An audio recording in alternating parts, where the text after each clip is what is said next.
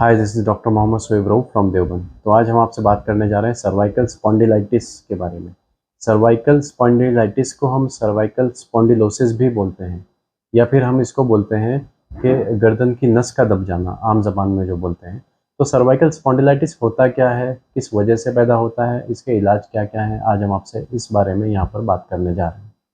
यूनानी ट्रीटमेंट इसको कैसे करेंगे, एलोपैथिक ट्रीटमेंट इसको कैसे करेंगे ट्रीटमेंट, वो सब हम आपसे आज इसमें बात करेंगे।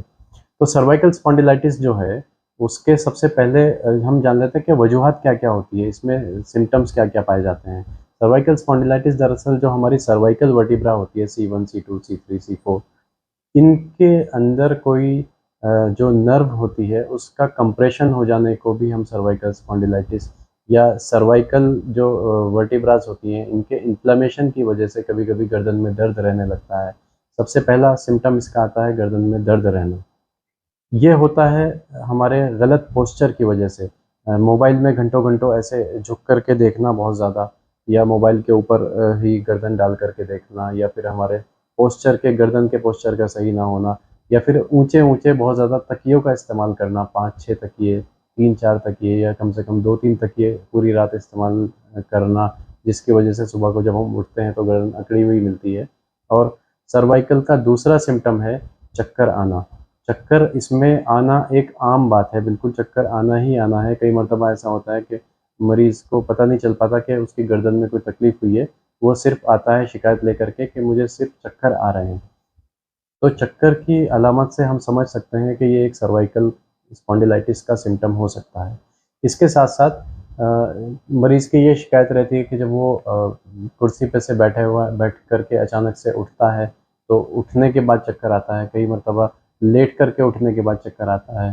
कई मर्तबा अच्छा खासा आदमी नॉर्मल जा रहा है, उसके बाद अचानक से उसको चक्कर आ गया, सर घूम गया। तो ये भी सब सर्वाइकल स्पॉन्डिलाइटिस के सिम्पटम्स होते हैं। इसके अलावा सर्वाइकल स्पॉन्डिलाइटिस का सिम्पटम चक्कर के साथ में उल्टी का आना, वर्टिगो के साथ में वॉमिटिंग का होना भी सर्वाइकल स्पॉन्डिलाइटिस का एक सिम्पटम है।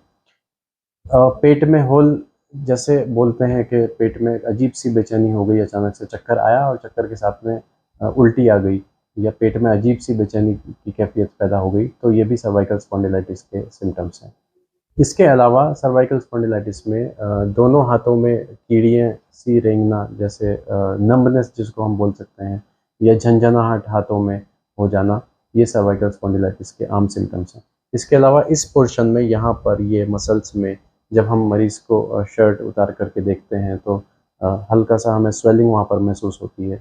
ये भी सर्वाइकल स्पॉन्डिलाइटिस या सर्वाइकल वर्टिब्रा की इन्फ्लेमेशन की वजह से, या सूजन हम बोल सकते हैं, सूजन की वजह से ये सब चीज़ें पैदा होती हैं। इसके अलावा सर्वाइकल स्पॉन्डिलाइटिस विटामिन डी की कमी से भी होता है। विटामिन डी जिन मरीज़ों के कम होते हैं, या सीरम कैल्शियम कम होता है, या आर्थराइटिस के पुराने मरीज़ हैं, उनको भी सर्वाइकल स्पॉन्डिलाइटिस होना एक आम बात होती है। सर्वाइकल स्पॉ या जिन पेशेंट्स के यूरिक एसिड बढ़े रहते हैं, उनको भी सर्वाइकल स्पॉन्डिलाइटिस होने के काफ़ी चांसेस रहते हैं। 95% केसेज़ में सर्वाइकल स्पॉन्डिलाइटिस में मेडिसिन्स या एक्सरसाइज़ेज़ से ही इस मर्ज़ को कवर किया जा सकता है। 5% केसेज़ में इसमें ऑपरेशन की भी नौबत आती है, जिसमें नर्व कंप्रेशन बहुत ज़्यादा होता है। सर्वाइकल स्पॉन्डिलाइटिस को कंफर्म करने के लिए हमें एक एक्स-रे कराने की ज़रूरत पड़ती है। एक्स-रे से अगर कंफर्मेशन ना हो, तो फिर एक एमआरआई की ज़रूरत पड़ती है कि इसमें एमआर नर्व कंप्रेशन तो एमआरआई में ही आती है। अगर सर एक्स-रे में बहुत सारी चीज़ें क्लियर नहीं हो रही हैं, तो फिर एमआरआई के लिए हमें भेजना पड़ता है। मगर जो सबसे पहला इसका टेस्ट है, वो एक्स-रे है। एक्स-रे से हमें बहुत सारी चीज़ें क्लियर हो जाती हैं। सर्वाइकल वर्टिब्रास दिख जाती हैं, नर्व्स दिख जाती हैं कि क्या पोजीशन है नर्व्स की, इन्फ्लेमेशन कितनी है, वो सब पता चल जाता है। इसके अलावा uric acid, serum calcium, vitamin D या आर्थराइटिस का जो टेस्ट है वो करवाया जाता है। सबसे ज़्यादा सर्वाइकल के जो पेशेंट्स हैं वो फीमेल पेशेंट्स पाई जाती हैं। उसकी वजह ये है कि फीमेल पेशेंट्स के अंदर विटामिन डी की कमी सबसे ज़्यादा रहती है। उनको धूप कम मिलती है, उनको शायद कैल्शियम कम मिलता है, न्यूट्रिशन प्रॉपर नहीं हो पाते हैं। तो इसकी वजह से एक तो ये वजह है, दूसरा वो हर वक़्त घर में रहना, खाना बनाना, जो हाउसवाइफ्स होती हैं, वो झुक कर के काम करना, झुक कर के कुछ, या फिर वज़न उठाने के काम रहते हैं। विटामिन डी और कैल्शियम की कमी तो पहले से ही चल रही है। अक्सर फीमेल्स में हीमोग्लोबिन की कमी भी रहती है। हीमोग्लोबिन की कमी की वजह से बहुत सारे न्यूट्रिएंट्स हमारे बॉडी में जो है वो सही से अपना वर्क नहीं कर पाते हैं, तो सर्वाइकल स्पॉन्डिलाइटिस होना फीमेल्स के लिए एक आम समस्या है। टाइफाइड के बाद कई मरतबा कई फीमेल्स को टाइफाइड या फिर कोई लंबा कोई वायरल इन्फेक्शन या फिर कोई बैक्टीरियल इन्फेक्शन चलने के बाद में जब वीकनेस आती है तो सर्वाइकल स्पॉन्डिलाइटिस के सिम्टम्स सामने आते हैं। वीकनेस इसमें होना एक आम बात है।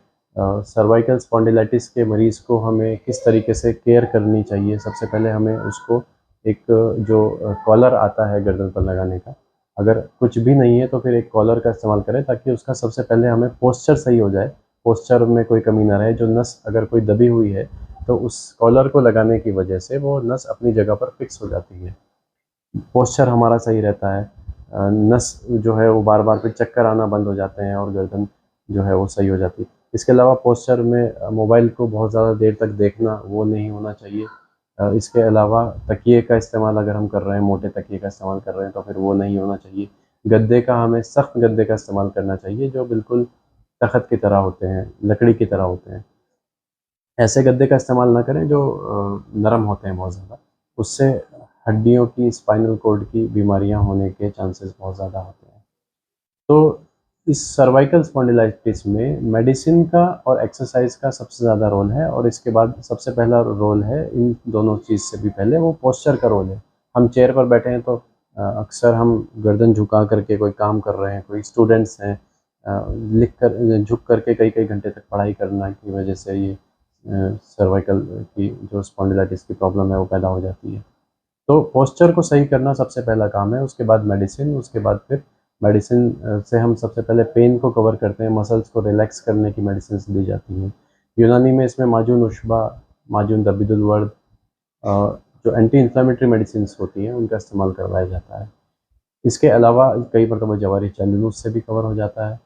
चक्कर को रोकने के लिए होम्योपैथिक की बहुत अच्छी मेडिसिन इसमें इस सर्वाइकल में पूरी तरीके से काम करती हैं।